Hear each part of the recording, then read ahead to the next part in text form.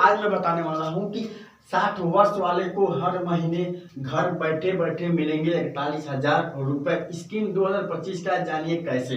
दोस्तों मैं आज इसी के बारे में बताने वाला हूँ, समझाने वाला हूँ।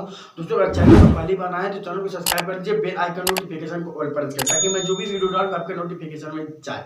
दोस्तों जरूर सूचना है कि अगर आप चैनल को पहले से सब्सक्राइब करके रखे हो तो दिल से धन्यवाद। बगल में ज्वाइन का बटन आप ज्वाइन जरूर कर लीजिए। चलते हैं इन्फॉर्मेशन को समझते हैं। दोस्तों आज मैं आपको इस स्कीम के बारे में बताने वाला हूं जो कि अभी लेटेस्ट का है, मार्च महीने का स्कीम है जो लेटेस्ट है, जो कि मैं मुझे लगा कि मैं आपको बता दूं। तो समझिए ध्यान से, यहाँ पर क्या लिखा है, 60 वर्ष वाले को हर महीने घर बैठे बैठे मिलेंगे 41,000 रुपए। जो स्कीम 2025 का है, जानिए कैसे है। तो पहली बात है, मैं दोस्तों आपको बताने का कोशिश करता हूँ, ध्यान दीजिएगा। पहला यहाँ पे मुख्य बात क्या है, यहाँ पे मुख्य बात क्या है, मुख्य बात यहाँ पे जो टिक मार रहे हैं ये मुख्य बात है। इसका क्या क्या चीज है, जो कि यहाँ पे ब्याज दर है, निवेश सीमा है, अवधि है, कर लाभ है और सुरक्षा।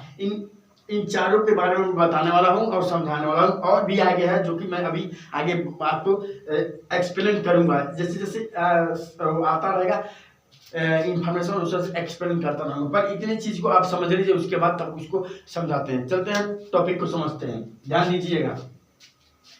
सबसे पहले तो यहाँ पे सरकार की तरफ से गाइडलाइंस दिया गया है, जो कि गाइडलाइंस क्या है ध्यान दीजिएगा।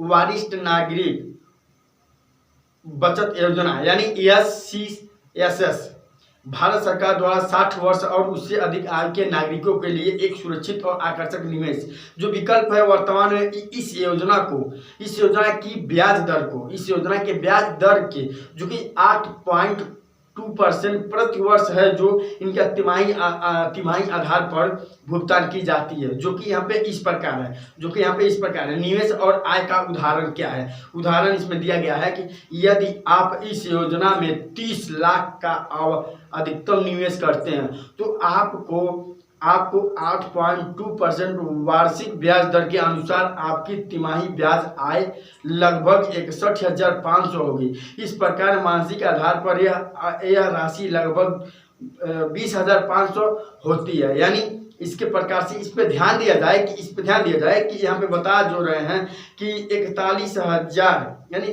ध्यान दें कि 41,000 मासिक आय प्राप्त करने के लिए आवश्यक निवेश जो कि राशि SCSS की अधिकतम निवेश सीमा से अधिक होगी। ठीक, इतना तो समझ गए।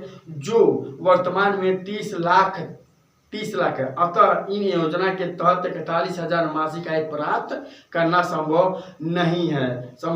ये मुख्य विशेषताएं क्या है, इसके बारे में थोड़ा सा डिस्कस में समझिए। मुख्य जो विशेषताएं होती है तो मैं इसको रखता हूं यहाँ पे और आपको मुख्य विशेषताएं समझाने का कोशिश करता हूं, ध्यान दीजिए। अब यहाँ दिया गया है कि मुख्य विशेषताएं, वो तो मैं जो आगे बताया हूँ वो इसका निर्धारण था, जो कि ऐसे किया जाएगा। लेकिन अब यहाँ मुख्य विशेषताएं अब दिया गया है। मुख्य विशेषताएं, इसके मुख्य विशेषता में आता है कि ब्याज दर, जो इसका जो ब्याज दर है, जो आपको लगाना है, इन्वेस्ट करना पैसा, तो उसका ब्याज दर है जो कि यहाँ पे 8.2 यानी प्रति वर्ष ये आपको मिलेगा। इतना तो आप समझ गए। अब इसके बाद आता है दूसरा पॉइंट, निवेश सीमा, जो कि न्यूनतम निवेश सीमा है 1,000 और 30 लाख तक इसका न्यूनतम सीमा है, जो कि आपके लिए किसी पेंशनर्स के लिए बहुत अच्छा है, जो कि यहाँ पे 60 वर्ष के जो हो गए हैं। अब इसके बाद देता है अगला प्रश्न, अवधि के बारे में देता है कि 5 वर्ष, जिसमें 3 वर्ष के लिए बढ़ाया जा सकता है, यानी 5 वर्ष की अवधि देती है और उसमें 3 वर्ष भी बढ़ाया जा सकता है, यानी 8 वर्ष आपका हो जाएगा। अब इसमें देता है कर लाभ, जो कि कर लाभ क्या होता है, अगर आप सीनियर सिटीजन है तो उसका कर लाभ क्या है, अगर आप सीनियर सिटीजन में नहीं है, यंगस्टर में, तो उसका क्या कर लाभ होता है। यहाँ पर देखिए, यहाँ पर ये भी दिया गया है कि यहाँ पे आयकर अधिनियम धारा 80C के तहत छूट दी जाती है, जो कि यहाँ पे स्पष्ट दिया गया है कि छूट दी जाती है आपको, जो धारा अधिनियम 80C के तहत आपको छूट दी जाती है। अब उसके बाद आता है इसकी सुरक्षा क्या है।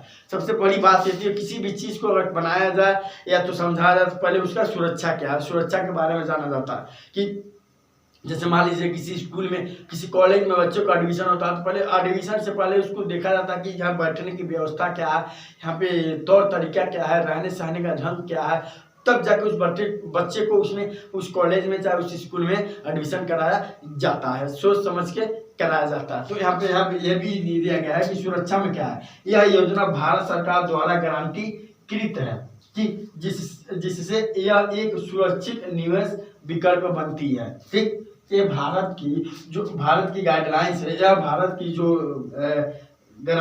जो गारंटीकृत है, जो इस पे भारत की खुद फोकस रहती है कि क्या बोलते हैं, आपकी जो भी निवेश है सुरक्षित रहेगा और गारंटी युक्त है, यानी गारंटी है कि आपका पैसा जो है उतना बढ़ के, जितना आप निवेश करेंगे उतना आपको बढ़ के उतना पैसा मिलेगा। अब आगे चलते हैं, आगे के समस्या को समझते हैं और आगे। तो जैसा दोस्तों कि यहाँ पे देख लिए हैं कि यहाँ पे निवेश प्रक्रिया, जो कि यहाँ पे मैं बोला था आपको, आगे जैसे जैसे चलता है इन्फॉर्मेशन उससे आगे मैं आपको बताता हूँ। तो यहाँ पे देखिए इन्फॉर्मेशन यहाँ गया निवेश प्रक्रिया, जो कि निवेश प्रक्रिया में है जो 60 वर्ष में है, तो आपको घर बैठे आपको 41,000 रुपया घर बैठे बैठे मिलेगा, जो कि यहाँ पे स्पष्ट कहा गया है। अब हम निवेश प्रक्रिया में क्या क्या है आपको यहाँ पे देख सकते हैं, 4 पार्ट में निवेश प्रक्रिया है, जो कि हमें पात्रता जांचे, दस्तावेज तैयार करें, बैंक या डाकघर में जाएं और निवेश करें। तो कैसे कैसे करना सारा चीज मैं आपको बताने का कोशिश करता हूँ, ध्यान दीजिएगा।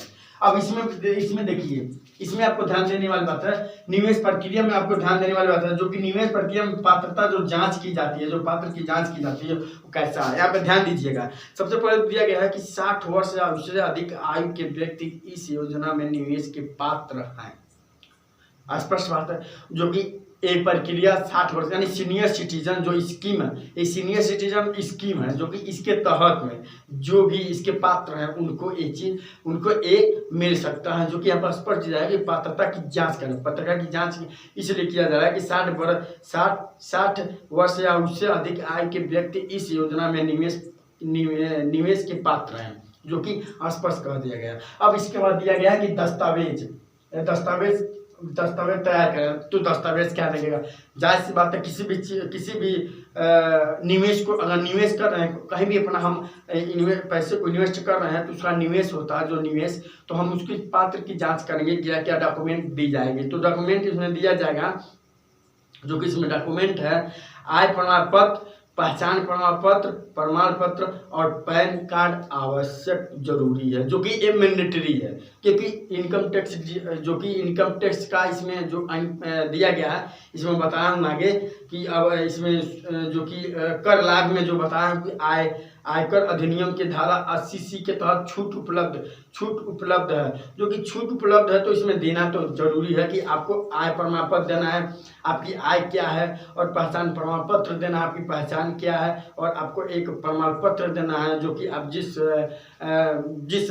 जिस सेक्टर से आप बिलोंग करते हैं उसका एक प्रमाण पत्र देना, और पैन कार्ड आवश्यक जरूरी है, क्योंकि पैन कार्ड पे ही आपका TDS जो भी डिडक्शन होगा सारा चीज़ उसी पे अपडेट होगा।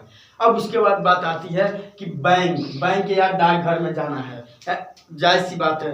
अब आपको इस स्कीम को फायदा लेने के लिए आपको बैंक में जाना है या तो डाकघर में जाना है। तो बैंक में कहाँ जाना है, आपको बैंक में जाना है स्टेट बैंक, PNB बैंक, जो अर्ध सरकारी बैंक है, PNB bank, state bank, central bank, जो ऐसे बैंक है जो कि अपने ग्रामीण क्षेत्रों के बैंक है, उस बैंक में जाइए।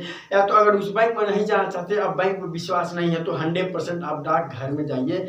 डाकघर में जाके आप इस स्कीम के बारे में आप जिक्र कर सकते हैं, आपको आसानी से इसका फॉर्म मिल जाएगा, आप फॉर्म को फिलअप कर सकते हैं।